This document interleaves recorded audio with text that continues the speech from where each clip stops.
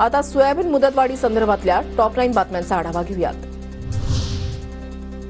सोयाबीनच्या मुदतवाढीसाठी दिल्लीमध्ये मविया खासदारांचं आंदोलन, संसद परिसरात मविया खासदारांचं आंदोलन, मुदतवाढीसाठी सुप्रिया सुळे, वर्षा गायकवाड, निलेश लंके, ओमराजे निंबाळकर, प्रणिती शिंदेंच्या उपस्थितीमध्ये आंदोलन।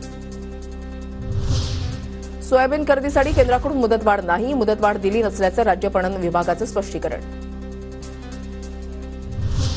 सरकारनं केंद्राकडे सोयाबीन खरेदीच्या मुदतवाढीसंदर्भात प्रस्ताव दिलाय। पणन मंत्री जयकुमार रावल यांची माहिती। केंद्राकडून 6 फेब्रुवारीपर्यंत मुदतवाढ, काही शेतकऱ्यांकडून पुन्हा मुदतवाढ देण्याची मागणी असल्याचीही माहिती।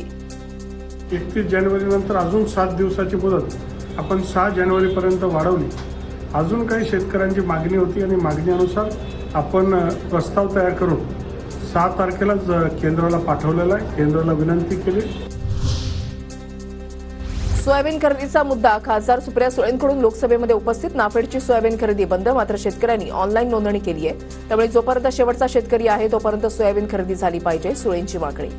माझी विनम्र विनंती या सरकारला आहे की जोपर्यंत शेवटचं ज्यांनी ऑनलाईन भरलेलं आहे किंवा एखादा राहूनही गेला असेल शेतकरी, पण त्याला जोपर्यंत शेतीचं शेवटचं सोयाबीन विकत घेतला नाही त्यांना मिळालं पाहिजे।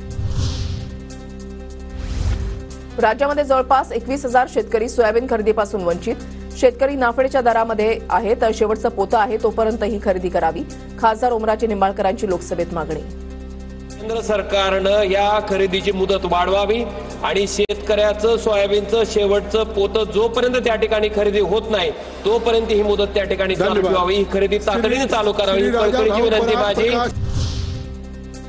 गेल्या महिन्यातच सोयाबीन खरेदी बंद होणार होती, पण देशभरात महाराष्ट्रानं सर्वात जास्त सोयाबीनची खरेदी केली आहे। शेतकऱ्याला मदत होईल असेच निर्णय घेतले जातील, अजित पवारांची प्रतिक्रिया। सरकारी खरेदी बंद झाल्यानं राज्यभरातील बाजारामध्ये सोयाबीनचे दर मोठ्या प्रमाणात पडले। नाफेडकडून 4,892 रुपयाने खरेदी तर नागपूर मार्केटमध्ये सोयाबीनचा दर 3,500 रुपये क्विंटलवर। सरकारनं खुल्या बाजारातून सोयाबीन खरेदी करण्याची शेतकऱ्यांची मागणी। सोयाबीन हमीभाव खरेदी केंद्र बंद केल्यानं शेतकऱ्यांना आर्थिक फटका। धाराशिवमध्ये 20,000च्या जवळपास शेतकऱ्यांचा सोयाबीन घरामध्ये पडून खरेदी केंद्र पुन्हा चालू करण्याची शेतकऱ्यांची मागणी।